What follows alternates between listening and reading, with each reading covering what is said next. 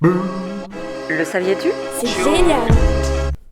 Je t'ai entendu dire dans une interview que le multimédaillé olympique Léon Marchand te devait beaucoup. Oui et non. C'est-à-dire que j'étais trésorier dans l'équipe de natation dans laquelle il évoluait lorsqu'il était benjamin. Et j'avais très rapidement remarqué ses superbes qualités natatoires. C'est-à-dire qu'il avait une capacité à pénétrer à l'intérieur du milieu aqueux, ça veut dire du milieu de l'eau, hein, du latin aqua, aquum, aquarum, alors que lui venait, sans faire de mauvais jeu de mots, de l'élémentaire.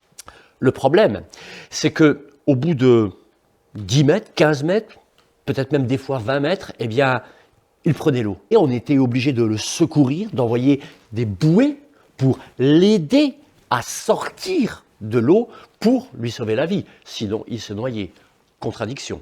Et quand on voit ses capacités hallucinantes aujourd'hui, ça semble impensable. Ouais. Alors, qu'est-ce qu'on lui dit dans ces cas-là? On ne dit rien, on écoute. Je suis allé voir ses parents pour leur demander une autorisation conversationnelle, c'est-à-dire pour engager une conversation avec lui afin d'avoir un échange de lui à moi pour entendre ce que lui avait à me dire. Et c'est là qu'il me dit, moi en fait je suis un poisson. Ah, moi mes bras c'est des nageoires. Ah, moi mes jambes c'est des nageoires itou. Ah, voilà ce que j'entends de la part de l'enfant. Mais qu'est-ce qu'on fait face à un gamin qui... Enfin, pardon, mais pardon de le dire, mais qui tient des propos incohérents. On peut le dire comme ça. C'est simple, on lui dit la vérité.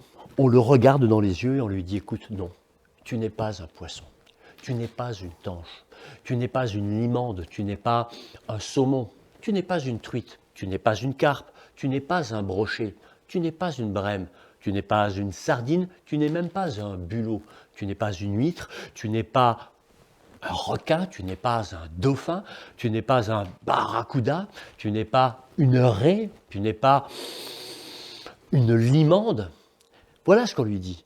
Et par chance, au moment où je lui dis ça, je me rends compte que j'avais avec moi une truite que j'avais mis dans un sac et je pose la truite sur la table. Et j'avais un scalpel, j'ouvre la truite en deux et je lui montre. Je lui montre les branchies, je lui montre tout le système respiratoire de la truite.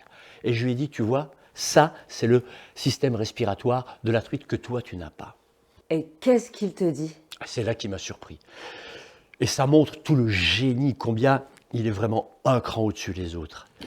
Il me regarde, il me dit, eh ben, si, je suis quand même un poisson. Et là, je suis esbobie. Et il me dit, oui, mais je suis un poisson, mais un poisson qui respire hors de l'eau. Oh, et là, j'ai dit, alors là, clap, clap, clap, gamin, t'as tout compris. Bonne chance et va toujours de l'avant. Mais j'imagine qu'il te remercie, mais tous les jours. Non, parce qu'en fait, comme il a un mental de poisson rouge, parce qu'il vit dans un aquarium, il vit dans un bocal, il vit dans une piscine, et bien en fait, il faut savoir que comme tous les poissons rouges, au bout de 3 minutes, sa mémoire s'estompe. Il n'a pas de mémoire. D'ailleurs, pour la petite histoire, il faut savoir que tous les 3 minutes, la Fédération française de natation nationale lui envoie une notification sur son téléphone pour lui rappeler qu'il est champion d'Europe, champion du monde et surtout médaillé multi-olympique. C'est génial!